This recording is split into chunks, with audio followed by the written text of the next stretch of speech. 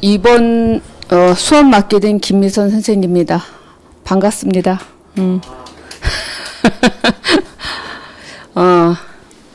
선생님이 사실 마이크 쓰는 게 좀 불편한데 여러분도 좀 불편할 것 같은데 좀 양해를 해주세요. 동영상으로 신청한 친구들이 있어가지고 계속 해야 될 것 같아, 마이크를.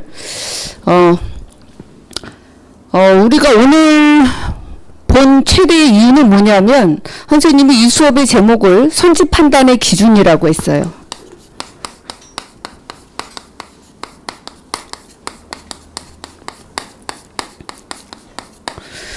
그동안 학교에서는 각종 이론이라든가 아니면 작품을 열심히 배웠을 거야. 그런데 이제 막상 시험에서 정답을 고르는 것하고는 직결되는 경우가 별로 없죠. 물론 탄탄하면, 자기 실력이 탄탄하면, 그 다음에 시험에 대한 감각이 있으면 그러기 쉬운데, 우리가 조금 아쉬워했던 부분은 바로 그 시험에 대한 감각이었단 말이야. 근데 그 감각은 그럼 누구는 유전적으로 타고나고 누구는 없냐? 사실 그게 좀 있어요. 인정하고 들어가야 돼.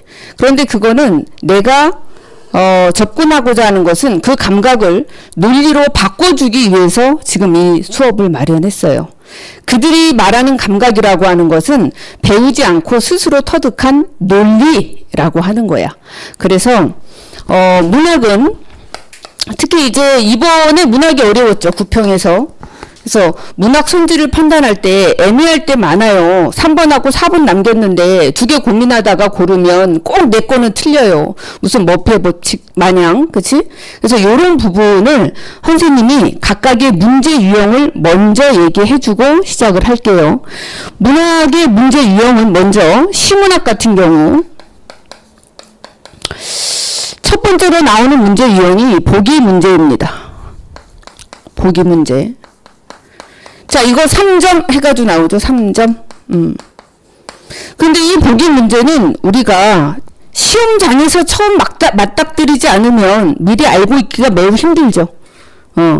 그리고 이제 EBS 연계 교재에 이미 나와 있는 작품이라고 한다면 보기가 매우 친절하지는 않아요. 이미 알고 있는 작품은 주로 어떤 문학 이론을 설명한 다음에 그런 다음에 이제 보기에 맞춰가지고 작품을 감상할 수 있는지를 보는 경우가 대부분이야. 그런데 낯선 작품이다. EBS 연계가 안 됐다. 이럴 경우에는 보기 설명이 아주 친절합니다. 어떤 방면으로 친절하냐면 작가의 주제의식 플러스 사회적 배경.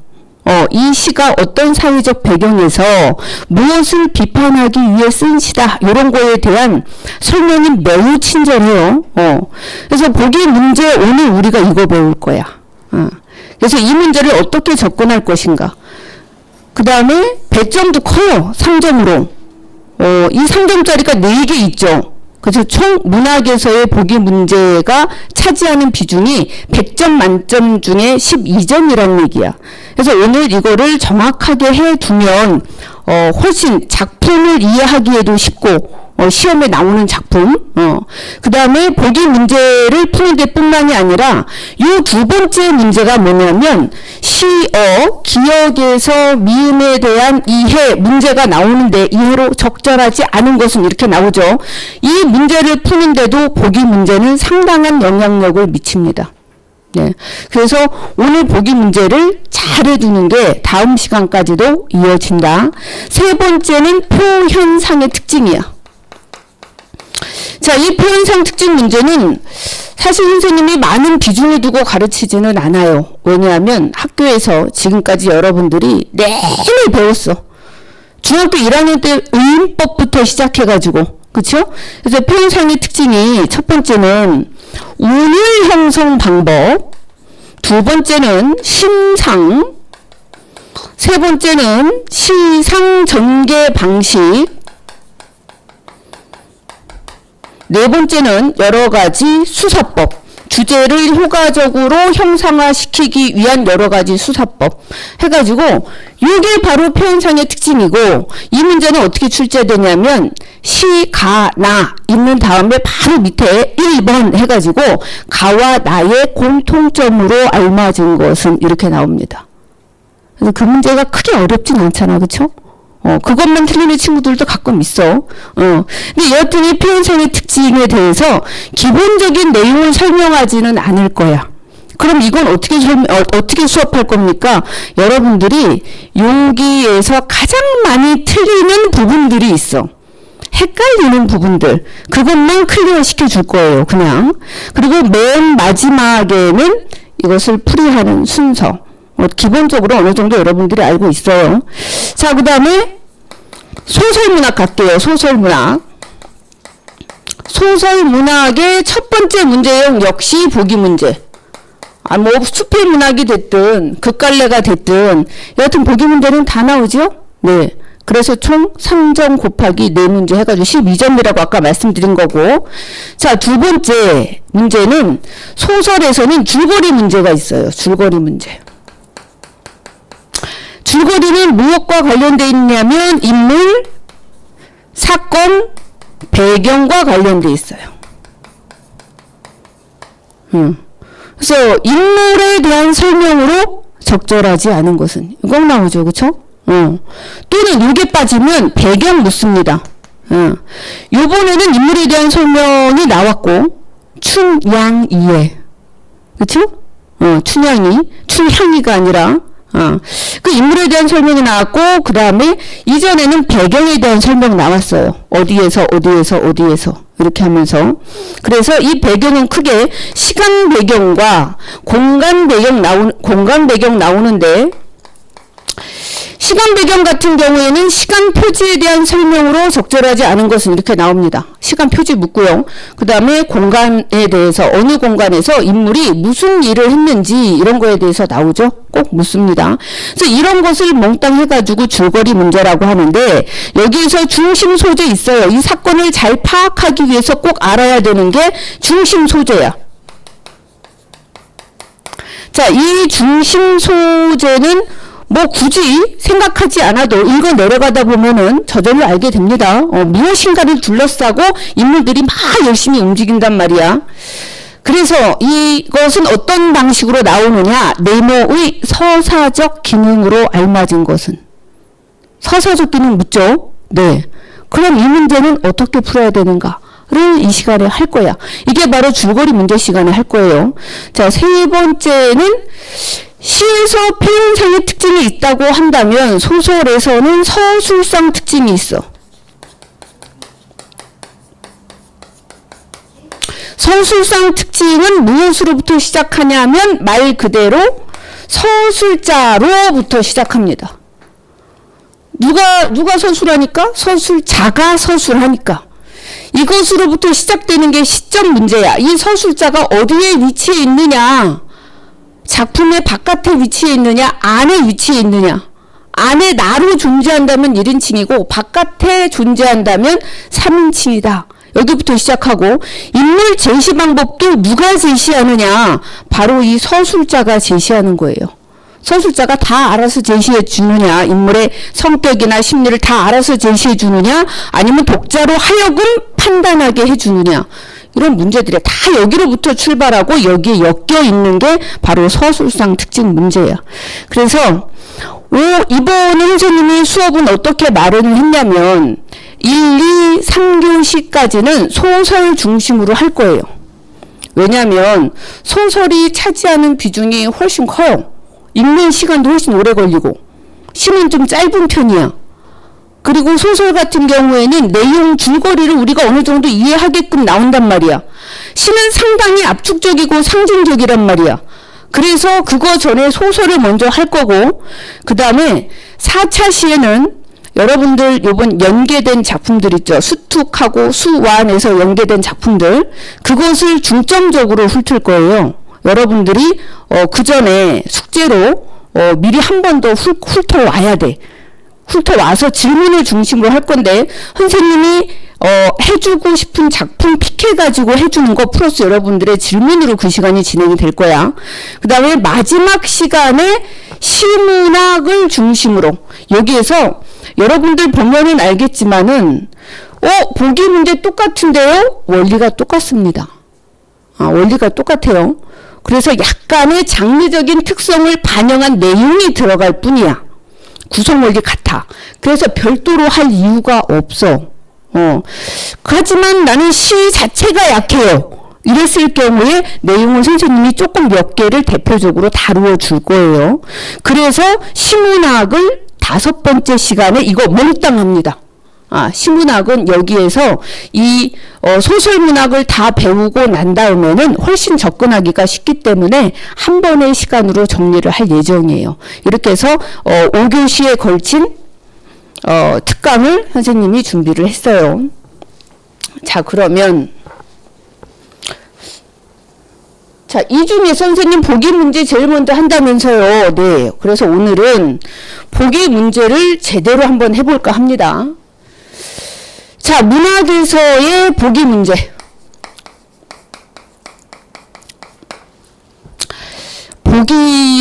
보기가 보통 뭐 3줄, 4줄, 5줄 이렇게 줄글로 되어 있죠. 나왔을 때.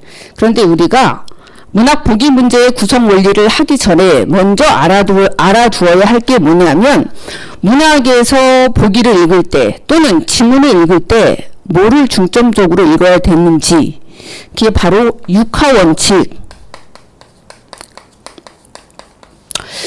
초등학교 때 배웠던 거죠. 그쵸? 그런데 내가 실제로 시험을 볼 때는 이거를 적용해서 답을 골라낸 경험이 별로 없을 거예요. 의식적으로 그래 본 적이 별로 없을 거예요. 그런데 세상에 있는 모든 글은요, 이 육하원칙을 벗어나지 않습니다. 그리고 시험에서 묻는 것도 뭐 미국의 SAT? 다 마찬가지야. 여기에서 묻고 있는 게 육하원칙을 묻는 거예요. 그래서 누가에 해당하는 게 주체도 주체? 누가? 후죠, 후. 그 다음에 대상 있어, 대상. 무엇을 또는 무엇에 대하여 라고 보기에서 얘기합니다. 뭐에 대해서 작가가 쓰고 있다. 이런 식으로 무엇에 대하여. 그 다음에 시간, when이죠? 공간, where입니다. 자, 그 다음에 목적, 뭐 하기 위해서. 그 다음에 수단, 무엇을 통하여. 그래서 무엇을 통하여, 무엇을 함으로써, 이런 방식으로 서술이 되죠. 그 무엇 하기 위해서, 무엇 하려고, 뭐뭐 하고자의 형태로 서술이 되죠. 그런데 여기에 플러스 하나를 더할게. 그래서 우리는 7화 원칙을 염두에 두고 읽으시면 됩니다. 그럼 하나를 더하면 뭐냐면 Y가 목적일 때가 있고 이유, 원인으로 나올 때가 있어. 원인, 무엇이기 때문에 이렇게. 그래서 원인으로 나올 때는 Y가 과거의 것을 물을 때는 무엇이기 때문에 이렇게 답을 해야 되는 거야. 그쵸? 이거 왜 이렇게 됐어? 왜 지각했어? 차가 늦게 왔기 때문에 지각했어요. 과거를 묻는 거야. 근데 Y가 미래가 있을 수가 있어요. 너 공부 왜 해? 제가 원하는 대학 가려고요. 뭐뭐 하려고. 그러면 이때는 목적을 묻는 Y구나. 그래서 Y가 2개로 분화가 됩니다. 그러니까 우리 이거 구분해야 돼. 일단 우리가 지문을 읽을 때, 그 다음 보기를 읽을 때 이런 것에 유의하면서 읽어야 되는군요. 이게 왜 그러냐면 이게 다 출제 요소라고 했어. 자, 그럼 문학 보기 문제의 구성 원리를 말씀드릴게요. 보기 문제 구성 원리. 자, 문학에는 이렇게 지문이 있어. 위에서부터 이렇게 내려가면서 기역, 니은, 디귿, 리을, 미음 이렇게 있습니다. 자, 그 다음에 발문이 있어. 자, 발문은 1. 다음 보기를 바탕으로 위 작품을 감상한 내용으로 적절하지 않은 것은, 이건 뭐 변함없이 항상 이렇게 나옵니다. 자, 그 다음에 자, 이게 보기 이렇게 나오는데, 보기도 역시 여러 가지 개념이 줄줄이 나오는데 이거에 맞춰서 여하튼 작품을 감상해야 되는데 이건 편의상 A, B, C, D, E라고 합시다. 개념들 내가 밑줄 친 게 있어 또는 가로한 게 있어. 그러면 요게 이제 보기이고 동그라미 1, 2, 3, 4, 5 이렇게 나옵니다. 얘를 선지라고 합니다. 보기 문제는 이 지문과 발문과 보기와 선지 4개만으로 완벽하게 답이 나올 수 있도록 완결된 구조예요. 그래서 잘 보면 이 안에 그냥 답 그대로 있는 거야. 그리고 항상 선생님은 발문을 매우 강조하는데 특히 언매에서 매체 같은 거 있죠. 발문 제대로 안 보면 훅 가는 경우 있어. 그쵸? 내가 이거 왜 안 읽었지? 그래서 발문은 진짜 중요하단 말이야. 그래서 네모 이렇게 지문이 시작될 때 맨 꼭대기에 보기 1은 학생들이 무엇에 대해서 토론한 것이고 보기 2는 이를 바탕으로 학교에 건의하기 위해서 쓴 글이다. 이런 거 있죠. 반드시 읽어야 돼. 그거 자꾸 안 읽고 넘어가는 친구들 있어. 그냥 그저 옳은 게 무엇인가, 지문과 일치하는 게 무엇인가만 찾으려고 하는데 그거 읽는다고, 그거 읽는 게 오히려 정답으로 잘 갈 수 있게 해주고 시간도 오히려 줄여주는 경우가 많아요. 그래서 선생님은 오늘 수업할 때 선지 판단의 기준뿐만이 아니라 빨리 풀게 하는 것, 정확하게 풀게 하는 것도 할 거예요. 어떻게 하면 빨리 풀면서도 느리지 않게 풀 수 있는, 정답을 정확하게 맞히면서도 느리지 않게 풀 수 있는지. 보통 내가 정답률을 높이려고 열심히 고민하면서 풀면 이게 느려. 끝까지 못 풀어. 그쵸? 그런데 내가 끝까지 풀기 위해서 이거 답인 것 같아 하고 넘어가면서 갔더니 우수수 떨어지는 거야. 이거 뒤에 있는 건데 내가 못 봤네. 이런 딜레마에 빠진단 말이야. 그러려면 어떻게 해야 돼? 그러면 그렇지 않고 빨리 풀면서도 정확성을 계속 유지하게 하려면 어떻게 해야 하는가를 이 수업 5번의 수업 안에서 선생님이 분명히 보여드릴 거예요. 그리고 아마 그거는 내일 피크가 될 거야.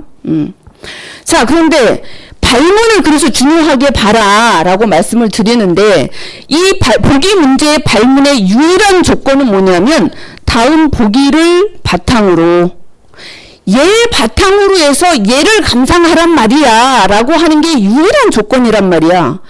자, 그러면 보기를 잘 정리하고 잘 정리해서 지문을 읽을 때 머릿속에 두고 읽어야겠지. 아니 까먹어도 상관없어.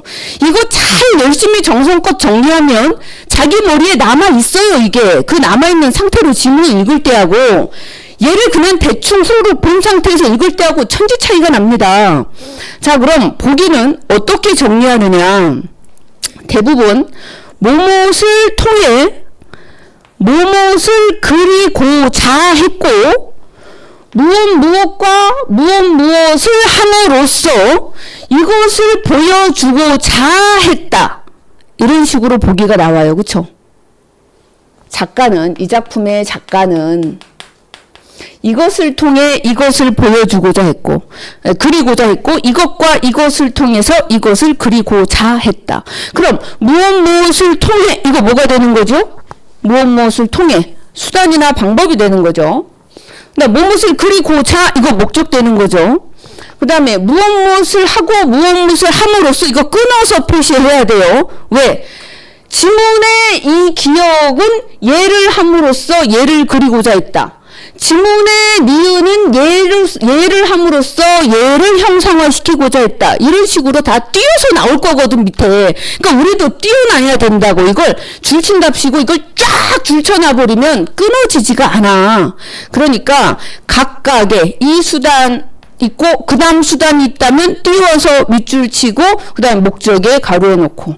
이 가로나 밑줄은 픽스되어 있는 거 아니에요.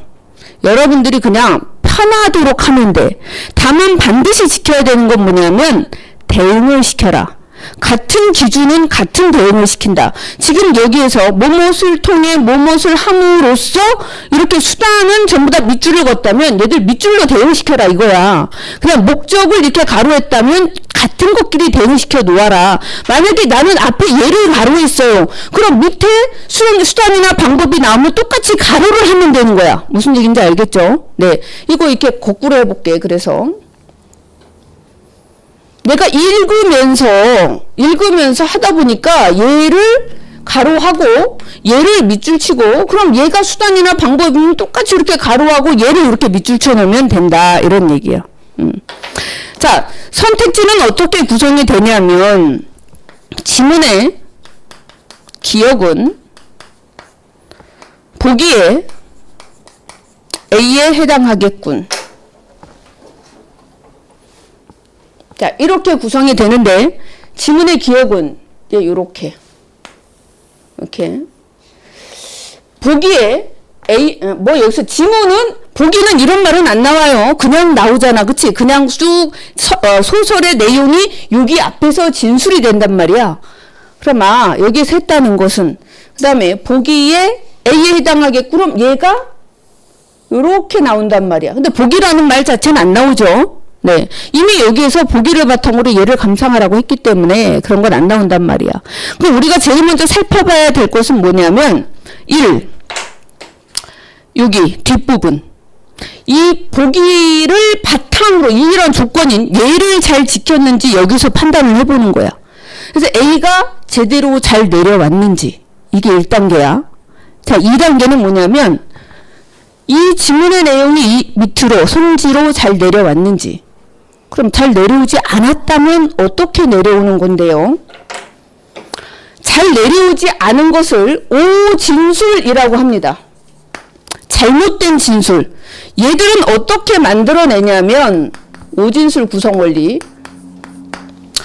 얘도 이제 10가지인데 선생님 책 제목이 10하원칙이잖아, 그쵸? 근데 여기서 이제 7하원칙 이미 나왔잖아, 그치? 그래서 나머지가 조건, 기준, 관계인데 이것은 문학에서는 많이 나오지 않아서 선생님이 소개를 안 했어. 그러면 지금 7하원칙만 가지고 얘기를 할게요. 오진술 구성 원리는 저쪽에 주체 있죠, 주체. 여기 와서 주체 바꾸기 합니다. 누가 그 행위를 했는지 인물 바꿔놔요. 여기에서 밑으로. 맨날 나오지. 인물에 대한 설명으로 이 문제에서 나오기도 해요.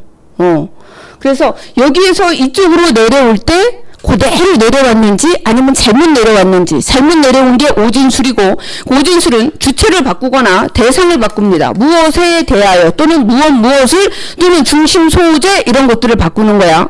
그 다음에 시간은 선소 바꾸기라고 해요. 시간의 앞뒤 바뀌는 거. 특히 고전소설에서 선후관계 파악하는 거 맨날 나오는 문제 중에 하나야. 그 다음에 요즘에는 공간 바꾸기. 어느 공간에서 무슨 일이 생겼는지 맨날 묻습니다. 이거 고전소설 특이야. 그럼 왜 고전소설은 이런 거를 그렇게 많이 합니까? 고전소설은 여러분한테 디테일한 거 잘 안 묻지. 왜?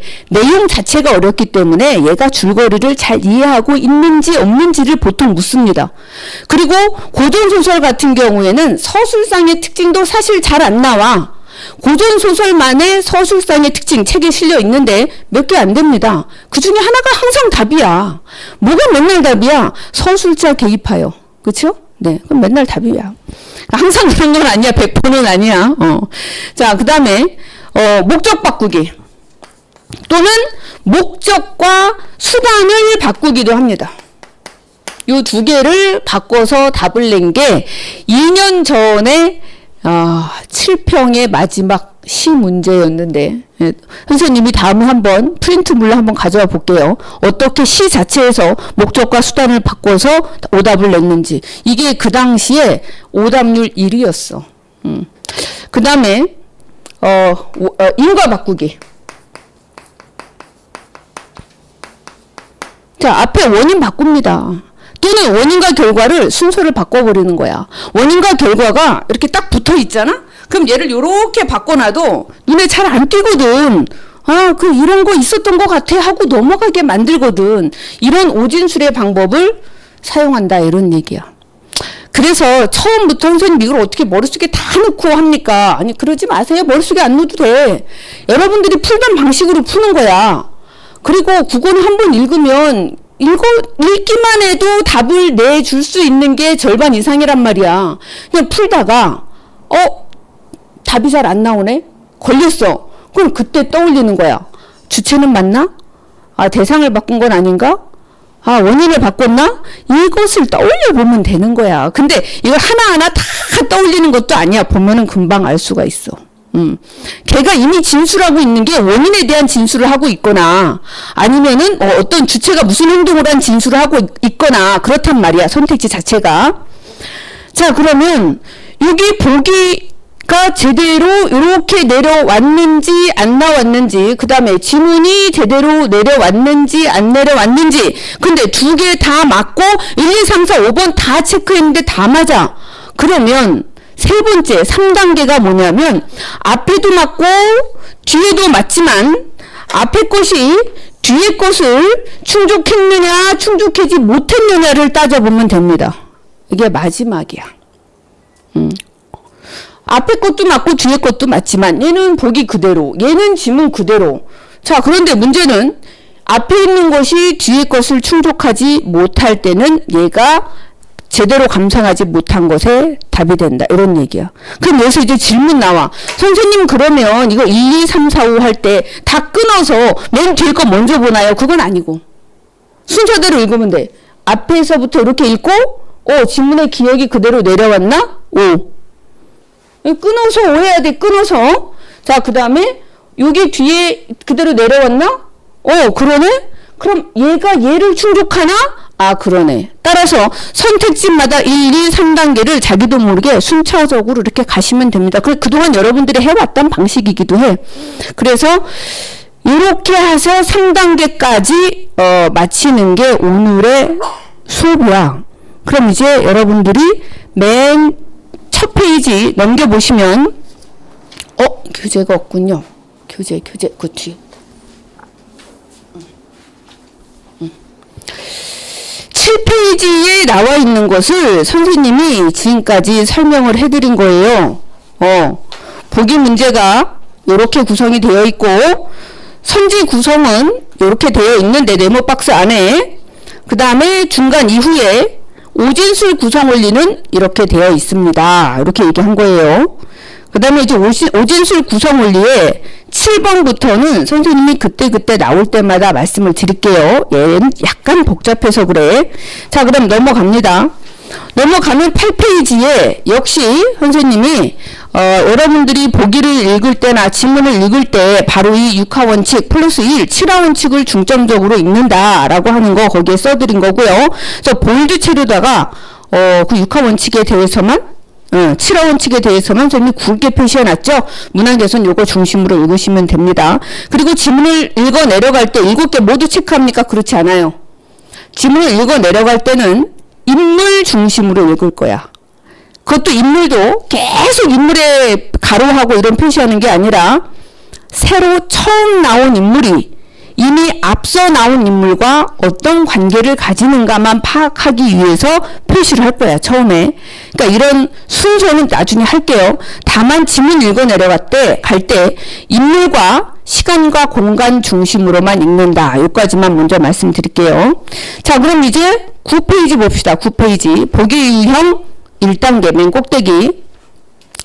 보기 유형 1단계는 보기를 바탕으로 감상하라는 요구를, 이 기준을 충족했느냐 하지 못했느냐 이거를 체크하는 거야. 그럼 밑에 보면 하근찬의 나룻배 이야기라고 있는데요.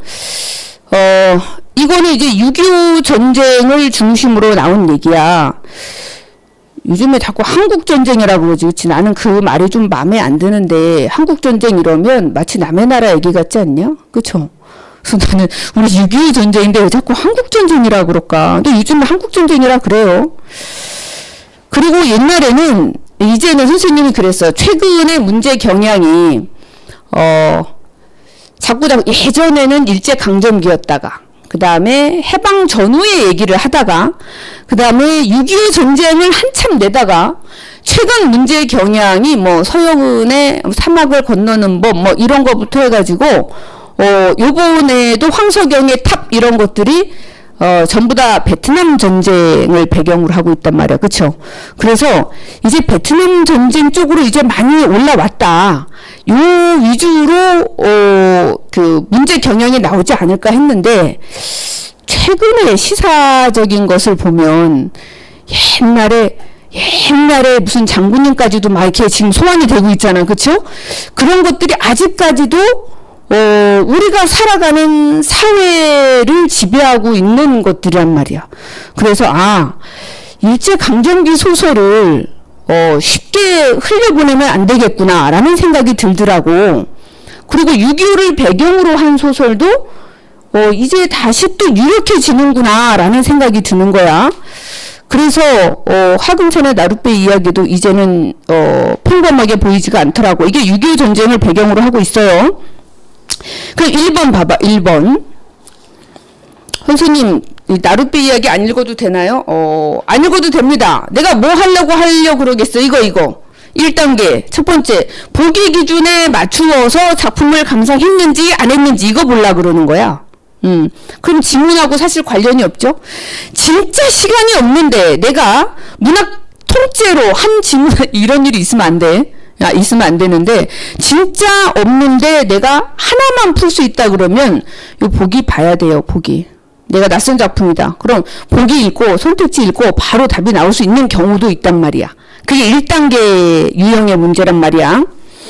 자, 그럼, 보기를 볼까? 중간에 있어요, 중간 네모. 전쟁 소설은 양가로 해놨죠. 이건 어떤 뒤에 있는 서술어 행위의 주체가 아니라서, 이것을 그래서 선생님이 대상주어라고 부를 거야, 앞으로.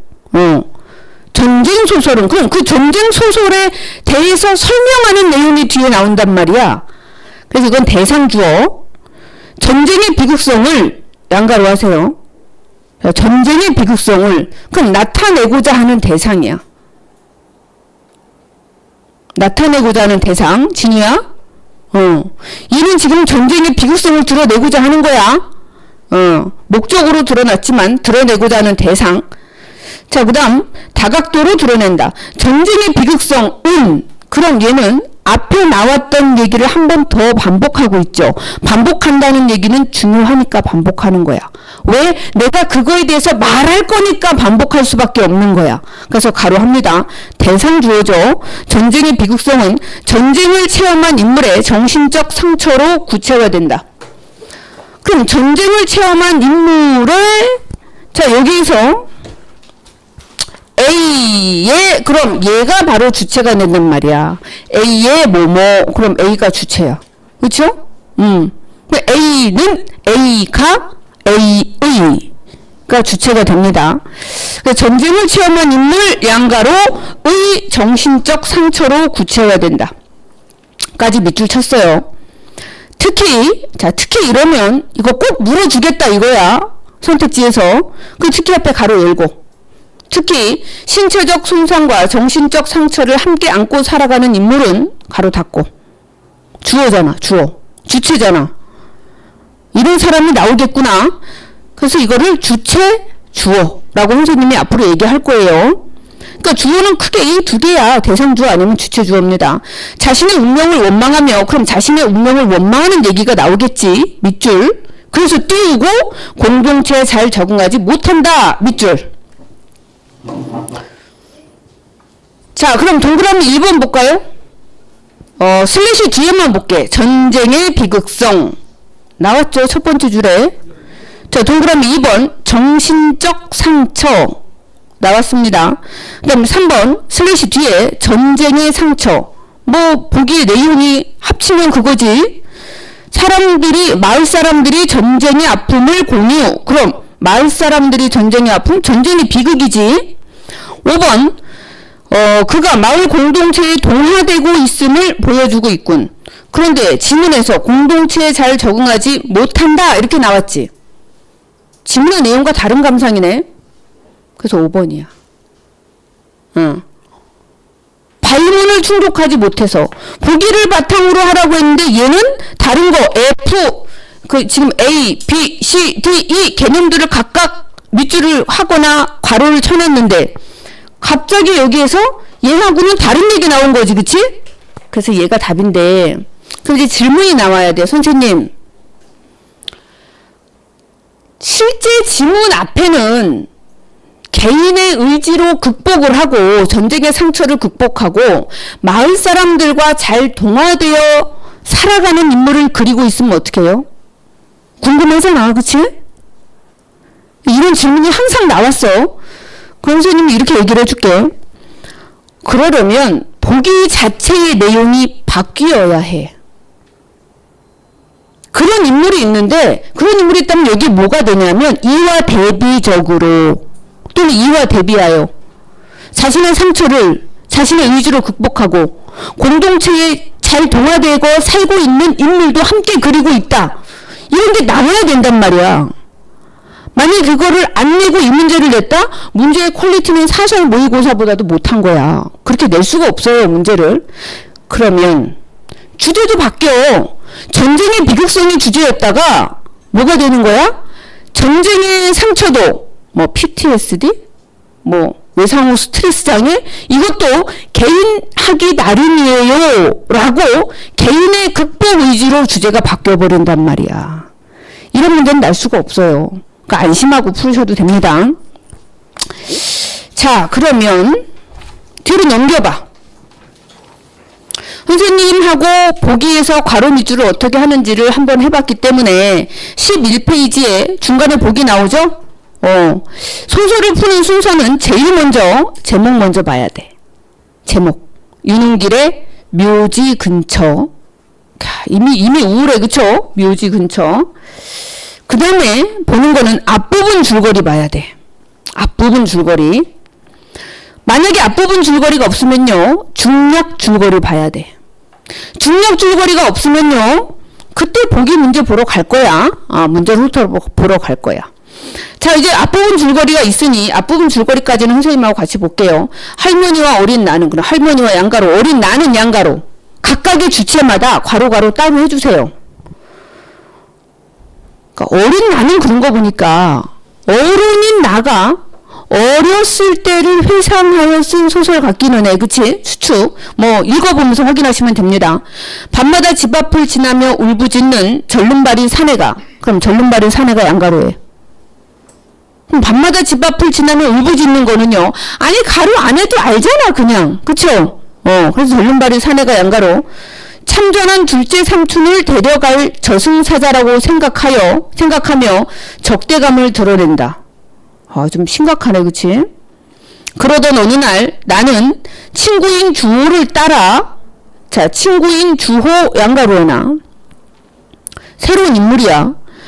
자, 치립병원에 가서 전쟁에 나가 다리를 잃은 한 청년을 보게 된다. 다리를 잃은 한 청년을 양가로에나. 이게 절름발이 사내와 또 연관이 있나? 라고 생각한 다음에 이제 보기로 옵니다. 이제 보기부터는 여러분들이 한번 괄호 밑줄을 쳐서 잘 정리해봐. 그리고 지문을 읽어 내려가면서 일단은 인물 중심으로 읽으세요. 그 다음에 시간의 변화나 공간 변화가 있는 곳만 괄호에 놓고 다 읽은 후에 내려와서 1, 2, 3, 4, 5 중에 답을 골라봅니다.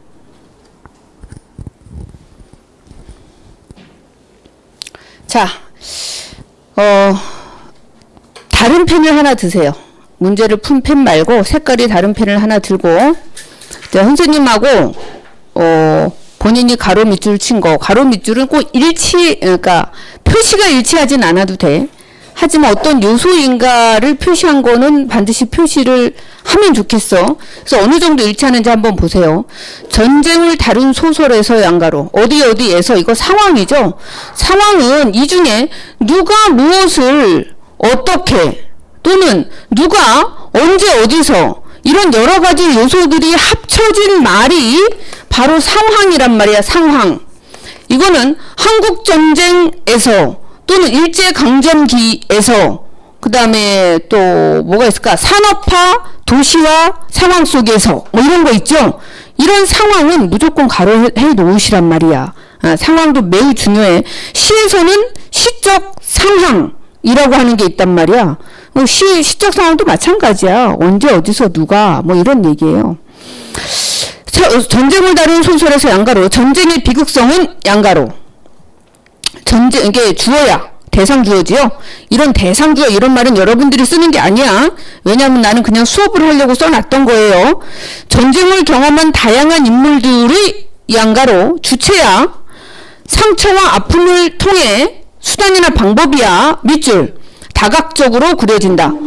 그럼 어떻게 다각적으로 그려지는지 뒤에 나오겠지. 특히 앞에 가로 열고 전쟁의 폭력성으로 인해 신체적 손상을 입게 되는 인물들은 가로 닫고, 그러니까 주어가 길 때 괄호가 매우 효과적이야. 그래서 내가 주어를 항상 괄호하는 이유가 그거야. 주어가 길 때 매우 효과적이라서. 인물들은 극심한 정신적 고통을 호소하며 밑줄. 이러면서 우리는 뭐를 머릿속에 떠올려야 되냐면 아까 앞부분 줄거리에서 읽었던 전륜발이 사내, 그 다음에 뭐 전쟁에서 상처를 입고 돌아온 누구, 이런 것들을 떠올려야 된단 말이야. 그러면 보기를 다 읽잖아? 그러면 기본적으로 무슨 내용인지 주제는 뭔지가 절반 이상 알고 가게 되는 거란 말이야. 이렇게 어느 정도 윤곽을 아는 상태에서 지문을 읽어 내려갈 때 그렇지 않은 상태보다 훨씬 편안해지고 빨라집니다.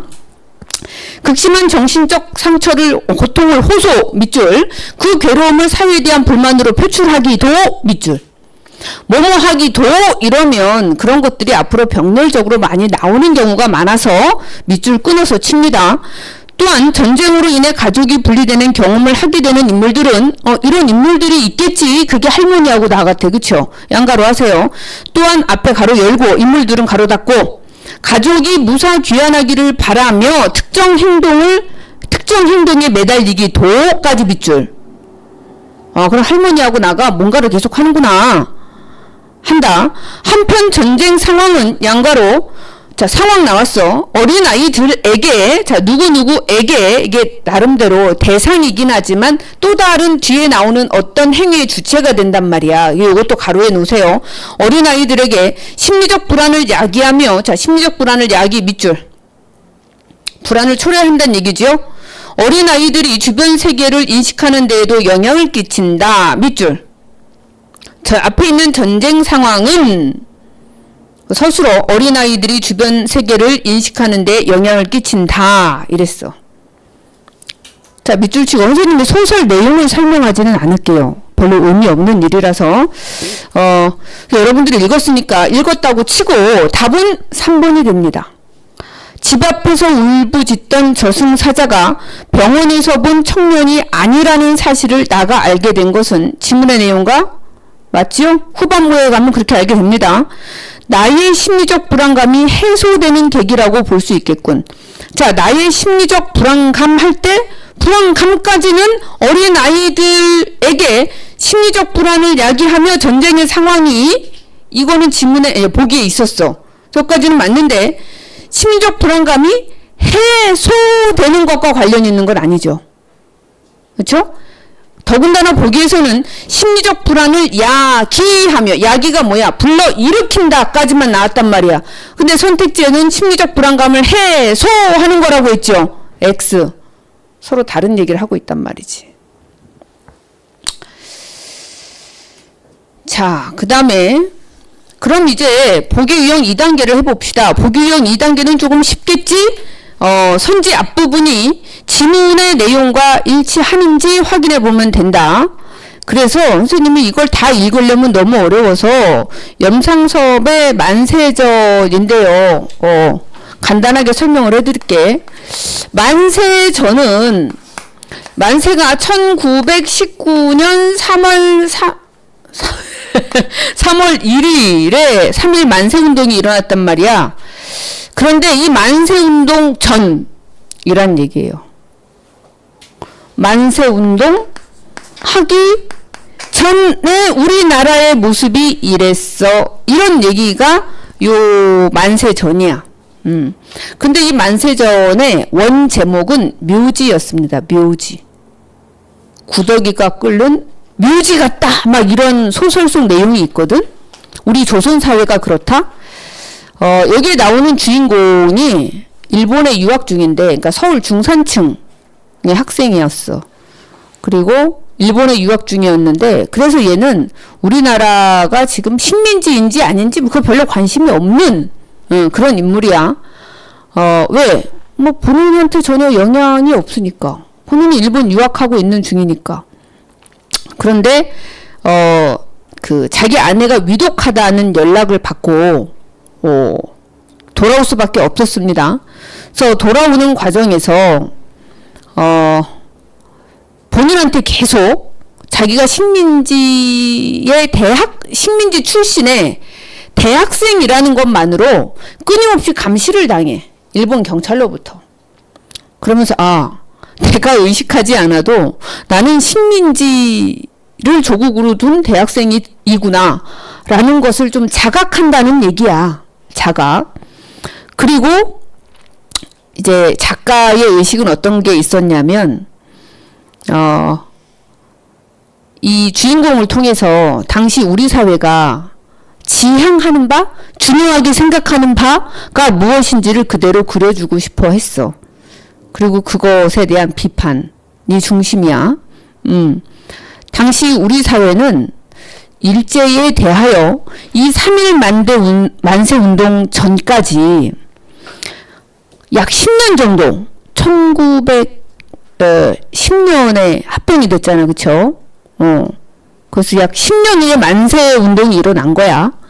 그 전까지 우리 사회는요, 일제에 대해서 매우 순종적이었어. 문제의식이 없었어. 일본이 다스리고 있구나. 그런데, 그러니까 이제 나도 그러한 사람 중에 하나였던 거고, 주인공인 나도. 그런데 자기 아내가 이제 유독하다는 얘기를 듣고 오던 그러니까, 열심히 왔는데, 결국은 아내는 죽습니다. 산후 후두침이라고 하는 매우 간단한 병으로 죽어요.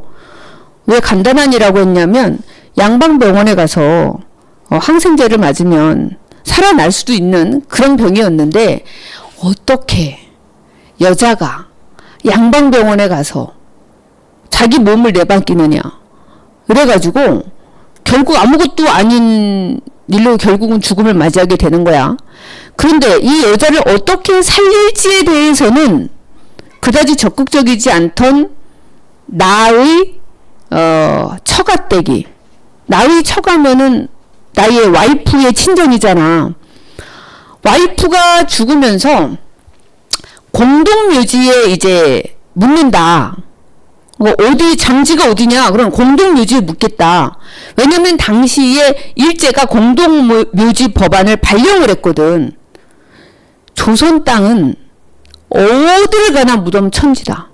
온 산이 무덤이라서 그렇겠지. 우리가 매장 풍습이 이게 뭐 한두 해 있었던 거냐?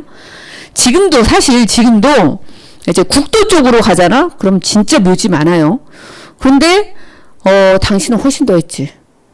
그래서 온통 무덤 천진 거야. 그러니까 일제가 야, 공동묘지에 묻어. 이제 산에다 묻으면 니들 벌금 물어. 그거 불법이야. 이러는 거야. 그러니까 이제 나의 집에서 아내가 죽은 다음에 공동묘지에 묻는다 그러니까 우리 처가댁에서 난리가 난 거야. 쳐들어온 거야. 쑥대밭을 맞는 거야. 장례식을. 어디 천박하게 공동묘지에 갖다 묻느냐. 선산이 따로 있는데 이거는 우리 집안에 대한 홀대다. 막 난리가 났어요. 그거를 본 주인공인 나는 무슨 생각이 드냐면 조선 민중한테 무슨 앞날이 있나. 살아가는데 어떻게 살아야 할지에 대해서는 이런 반구도 안 하는 놈들이 아니 죽은 다음에 어디 묻힐지에 대해서는 쌩 난리를 뽀개고 있는 이 상황을 보면서 야, 조선인들한테 미래는 없다. 막 울분을 가슴에 안고, 그러니까 여기가 구더기가 끓는 무덤 같아서 조선 사회가. 그래서 얘가 일본으로 다시 돌아갑니다. 그래서 얘를 유턴형 구조라고 해. 유턴 구조. 회귀형 구조라고도 해요. 영화로 만들면 로드 무비 정도가 됩니다. 그래서 일본에서 우리나라로 왔다가 우리나라에서 다시 일본으로 돌아가는. 그리고 이렇게 우리나라에 내려서 김포? 아니요, 김해에서 사촌 형님을 잠깐 만나는데 그 형님도 막 나를 붙들고 공동묘지 법원에 대해서 얘기를 하는 거야. 그런데 기차를 올라탄 기차 앞에서 내 앞에서 얘기를 나누던 처음 만난 청년도 아니 내지에도 옛날에는 일본을 내지라고 했단 말이야. 안에 있는 땅 이거 식민지 단어 이거 되게 기분 나쁜 단어인데 우리는 외지란 얘기야. 지들은 내지고 그래서 내지인은 일본 사람이란 얘기야. 지들이 중심이란 얘기야. 옛날에 중화 사상 같은 거야. 중화가 뭐야? 중국이 세상의 중심이고 우리는 바깥에 있는 애들이란 말이야. 우리는 사실 동쪽 오랑캐들이었단 말이지. 이게 맨날 이렇게 변방의 민족으로 살아야 되는지 여하튼 그렇게 해서 그러한 문제의식을 묻는 거야. 내지에도 진짜 같이 묻는 공동묘지라고 하는 게 있어요? 라고 묻는단 말이야. 내가 있기는 있어요. 이렇게 이제 대답을 해. 왜? 내가 지금 잘못 말하면 내가 지금 누군가 나를 감시하고 따라오고 있는 것 같은데 잘못 말하면 정치적으로 나한테도 문제가 생긴단 말이지. 그러니까 이제 말을 얼버무리기도 하고 최대한 객관적으로 하려고 한다는 얘기가 이 지문에 있는 얘기야. 그런데 여하튼 이 얘기를 그 다음에 이제 보기에 있는 내용을 또 얘기를 하자면 보기에 있는 내용이 근대문학이라고 하는 게 있어요. 근대문학. 여러분들 이해를 좀 도와주기 위해서 미리 좀 말씀을 드리는 거야. 근데 이전에 그럼 이거에 반대되는 것은 고전문학이잖아. 고전문학은 왜 제자 가인형, 재주 있는 남자, 예쁜 여자들만 주인공으로 나와. 그래서 멋진 일을 한번 하고 연나라 왕이 돼가지고 잘 먹고 잘 살다가 죽으면 하늘나라 성관선녀로 다시 올라가는 얘기들이야. 그러니까 우리들하고 상관이 없지. 일상을 살아가는 우리들의 얘기가 아니란 말이야. 근데 이제 근대 문학으로 들어오면서 처음으로 우리 개인의 생각, 개인의 삶에 대해서 생각하기 시작했고 이것을 다루기 시작했다고. 근데 이게 1920년대 작품이라서 거의 유일하게 아니 1917년에 이광수의 무정이 최초의 근대 장편 소설이잖아.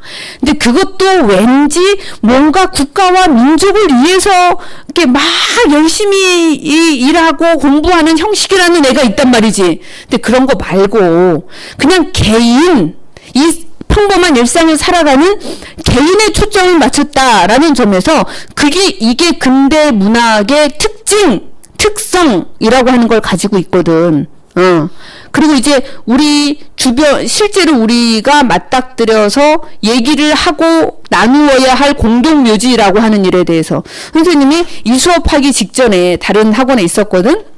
그 원장님하고 무슨 얘기를 나눴냐면 그 원장님네도 요번에 그 조상들을 이렇게 묘에 있었는데 화장해서 이렇게 천주교 어디 그 낙골당 같은 데가 있나 봐. 거기에 모시는 얘기를 나누었다 이런 얘기를 하는 거야. 근데 나 또한 엊그제 이틀 전에 우리 집에도 이제 그런 내용이 있어가지고 우리 집은 거꾸로 돼가지고 올 초에 선생님 동생하고 선생님하고 엄마하고 이제 올케하고 앉아가지고 우리 집안 얘기니까 올케는 이제 부엌에 있지만 자기의 의견을 내 동생한테 이제 일임을 했고 그래서 앉아가지고 앞으로 제사는 설날 한 번만 지낸다. 1년에. 그리고 이때만큼은 모든 집안 식구가 함께 모인다. 우리 집 식구, 동생네 집 식구 해가지고 여튼 한 번 이날만큼은 다 모인다. 나머지는 다른 집에 가도 상관없다. 각자 자기 집에. 왜? 나도 또 이쪽이 있고, 우리 올케도 또 자기 집 쪽이 있잖아. 그쵸? 그래서 한 번만 지내고, 더 이상 제사는 기제사도 안 지낸다. 합의를 봤거든? 그런데 우린 좀 거꾸로 돼가지고, 선생님 올케가 선생님한테 SOS를 친 거야. 자기는 이번 차례를 꼭 지내고 싶대. 꼭 지내고 싶대. 보통은 며느리들이 안 지내려고 하잖아. 근데 본인은 꼭 지내고 싶대. 그래서 내가 물었어. 왜 그렇게 지내고 싶냐? 이랬더니 조상님들을 잘 모셔야 후손들이 잘 될 것 같다는 거야. 그래서 아니, 모든 조상은 후손들이 잘 되게 하려는 게 조상들의 마음이지. 제사 안 지내도 잘 되게 해주고 싶으실 거야. 그러니까 지내지 마. 근데 마음이 너무 불편해서 안 되게 자긴 꼭 지내겠대. 제발 이제 선생님 동생 좀 설득해 달라고. 그래서 설득을 하려고 전화를 했더니 안 받아. 왜? 본인도 알 거 아니야. 누나가 자기를 설득하려고 그러는지. 그래서 나는 이제 내 입장은 그거지. 누군가가 마음이 불편하다면 그냥 그 사람 마음 편하게 했으면 좋겠다. 이런 입장인 거야. 그래서 이제 결국은 통화가 됐어. 동생이 그러는 거야. 누나, 그러면 애들 대학 갈 때까지 지내겠다는데 그때 되면 마음이 안 불편하겠냐. 그리고 그때 되면 딱 끊을 수 있겠냐? 그럼 애들도 결혼할 때까지 하자 그럴 거다. 한 번 어차피 지금 마음 많이 불편한데 이게 당연히 불편하겠지. 본인도 불편한데 이거 우리 다 같이 감수하기로 하고 올 초에 가족회의 거쳐가지고 정한 일 아니냐. 자기는 정한 일이니까 그냥 정한 대로 했으면 좋겠다 이러더라고. 그럼 그러자 라고 했어. 근데 이게 우리 집만의 문제가 아니라 모든 집이 지금 겪고 있는 상황인 거야. 그리고 그 원장님께서 뭐라고 하셨냐면 그 이전까지는 해외에 나가서 이렇게 여행을 하잖아. 이제 추석 연휴나 설날 연휴 때 여행 많이 하잖아. 그래서 항상 조상님들한테 이번에는 어디로 오세요? 이번에는 어디로 오세요? 이래가면서 그때 어딘가로 가서 해외에서 차례를 지내고 그리고 또 그 오후에는 관광을 하고 이랬다고 말씀을 하시더라고. 그러니까 이게 지금 우리 사회의 상황이고 세태라고 하는 거예요. 세태. 당시 생활 모습이 어땠나? 이 소설이 바로 당시 우리의 생활 모습을 그대로 보여주고 있다고 생각하시면 되는 거야. 그런 걸 염두에 두고 모든 소설을 읽어야 돼, 사실은.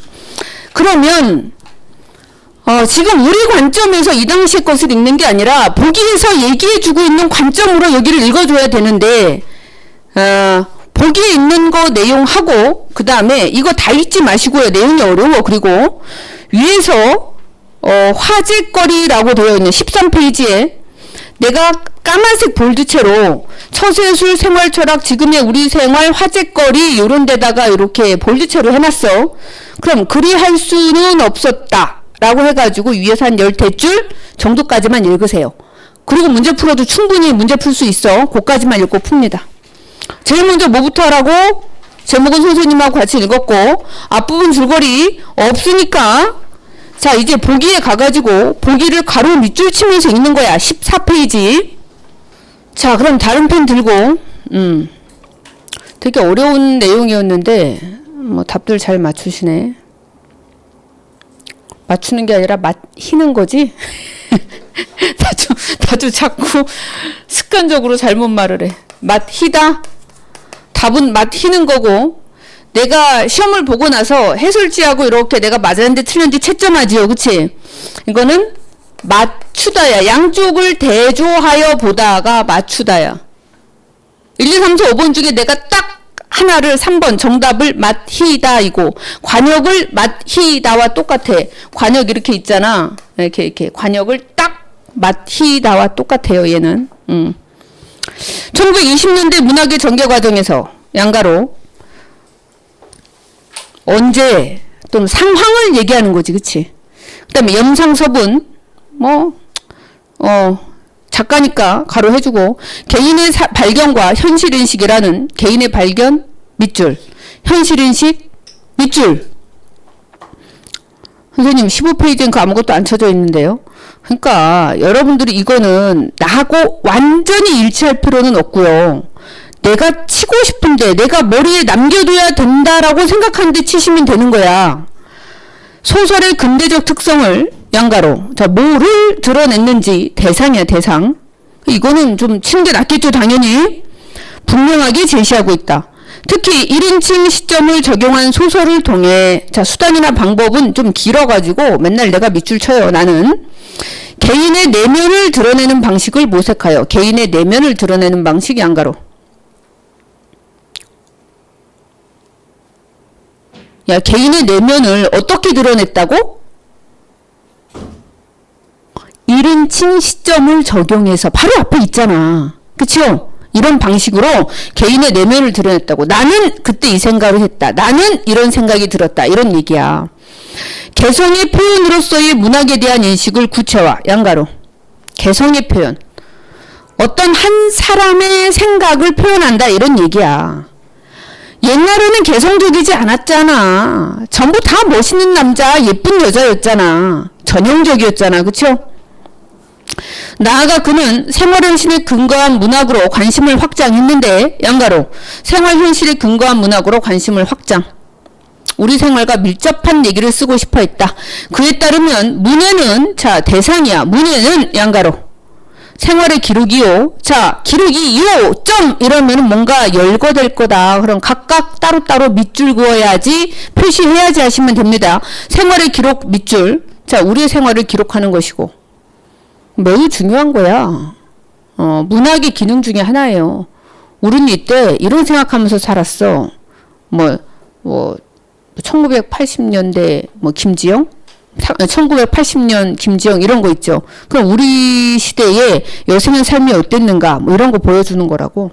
흔적이요. 흔적 밑줄. 주장이다. 주장 밑줄. 자 생활에 대한 영상 수업의 새로운 인식은 양가로. 자, 국가를 위해서, 민족을 위해서 뭘 할 것인가, 이거 말고, 그냥 우리 각자의 생활에 대한 새로운 인식은 생활의 표현을 통해 삶의 문제를 총체적 시각에서 조망하려는 근대 문학의 정신에 접근하고 있다. 그럼 생활의 표현을 통해 삶의 문제를 총체적 시각에서 조망하려는 밑줄, 조망하려는, 조망은, 바라보다, 내려다보다, 뭐 이런 얘기예요. 전체적으로 바라보다. 근대 문학의 정신 양가로. 그게 근대 문학의 정신이래. 그리고 이제 본문을 볼게요. 천대를 받아도 얻어맞는 것보다도 낫다.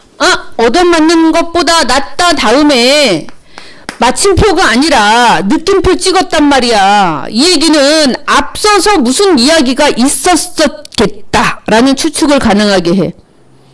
앞에 있는 누군가가 천대받아도 맞는 것보다 나아요 라는 얘기를 했을 거야. 그러니까 그걸 다시 한번 따서 낫다고? 정말? 하면서 한 번 더 본인이 재진술을 한 거야. 낫다. 그도 그럴 것이다. 이응 지읒. 나 인정하겠다. 내가 그 말을 하면 맞을 텐데 그걸 굳이 할 이유는 없잖아. 그쵸? 나도 인정하겠다. 미친 척하고 떡목판에 엎드러진다는 셈으로. 자, 이게 무슨 소리냐면 옛날에 잔치하면은 그 찹쌀 같은 것을 밑에 놓고 커다란 나무망치 같은 걸로 막 내리친단 말이야. 몇 번에 걸쳐서. 그것도 그 마을에 장사, 힘께나 쓴다는 사람은 왜 이걸 엄청나게 오랫동안 내리쳐야지 이게 으깨지거든. 쫀득쫀득하게. 인절미 같은 거 할 때 반드시 그랬었단 말이야. 근데 옆에서 구경을 아무리 해도 그 떡이 나한테 올 것 같지 않으면 누군가가 그 떡을 다 자기 걸로 할 셈으로 옆에 이렇게 지나가다 하면서 퍽 엎어져. 그럼 사람들이 에이 더럽게 너나 먹어 하고 준단 말이야. 자기 목적을 위해서 물불을 안 가리는 체면 같은 거 절대 안 챙기는 뭐 이런 의미라고 생각하시면 돼요. 미친 체하고 어리광 비슷한 수작을 하거나 스라소니 행세를 하거나 하여. 스라소니가 느낌상 안 좋지. 그쵸? 아마 뭐 하이에나 같은 그런 의미 아닐까? 누군가가 먹다 버린 것을 이제 뜯어 먹으러 가거나 뭐 이런 거. 어떻든지 저편의 호감을 사고. 그럼 저편은 이게 지금 일제강점기 때의 작품이라는 것을 감안하면 일제가 되겠죠. 호감을 사고. 또 하나 일제강점기 시절의 작품을 대할 때 우리가 착각하면 안 되는 게 있어. 그 많은 문인들이 일본에 유학을 하고 온 사람들이거든. 근대 문학을 일본에 가서 접했던 사람들이야. 그런데 그 일본에서의 생활을 그리는 장면 중에 일본 사람들을 긍정적으로 그리는 경우가 있어. 근데 우리가 일본 하면 무조건 나쁜 놈 이렇게 생각할 게 아니라 실제 생활에서 만나는 일본 사람들은 아니 나하고 정을 나누고 그럴 수 있어요. 긍정적으로 그릴 수 있어. 다만 우리가 미워해야 될 거는 뭐냐면 일본 제국주의야. 그걸 줄여서 일제라고 합니다.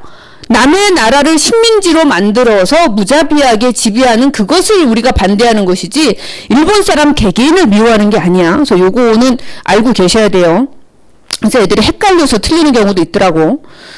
어떻든지 그럼 저 편은 일본 제국주의고 호감을 사고 웃기기만 하면 목전에 닥쳐오는 핍박은 면할 것이다. 이 목이 눈목자란 말이야. 앞전자이고 눈앞에 닥쳐오는 핍박은 면할 것이다. 속으로는 요놈 하면서라도 일제히 대하여 얼굴에만 웃는 빛을 띠면 교원영색 뭐 이런 거 되겠죠. 비굴한 것일 수도 있지. 당장의 급한 욕은 면할 것이다. 공포, 경계, 미봉. 자, 미봉은 미봉 책해가지고 왜 임시로 해놓은 뭐 이런 뜻이야. 임시로 해놓은 바느질을 미봉이라고 합니다. 그래서 힘 빡 주면은 파타닥 터지는 거야. 가식은 뭐 설명 안 해도 알겠죠. 굴복, 도회. 자, 도회는 이렇게 별표돼 있지? 그럼 맨 아래 가보면 자신의 재주를 감추고 사는 거야. 못하는 척. 자, 도회 또는 비굴. 자, 여기 나와 있는 단어들이 긍정적이야, 부정적이야? 부정적이죠. 네. 이런 모든 것을 숨어 사는 것이 조선 사람의 가장 유리한 생활 방도요 현명한 처세술이다. 그럼 양가로 해봐. 이러한 모든 것을 숨어 사는 것이 양가로 조선 사람의 가장 유리한 생활 방도 밑줄 현명한 처세술 밑줄. 실상 생각하면 우리의 이러한 생활 철학은 양가로 생활 철학 얘기하고 있지 왜 보기에서도 생활 철학 얘기했잖아. 그러니까 나도 정신 차리고 여기 표시를 해놓으려고 뭐라 그러고 있는지. 오늘에 터득한 것이 아니요 오랫동안 봉건적 성장과 자 봉건적이란 얘기는 위아래 수직적인 계층 계급 관계가 명확한 뭐 이런 뜻이에요.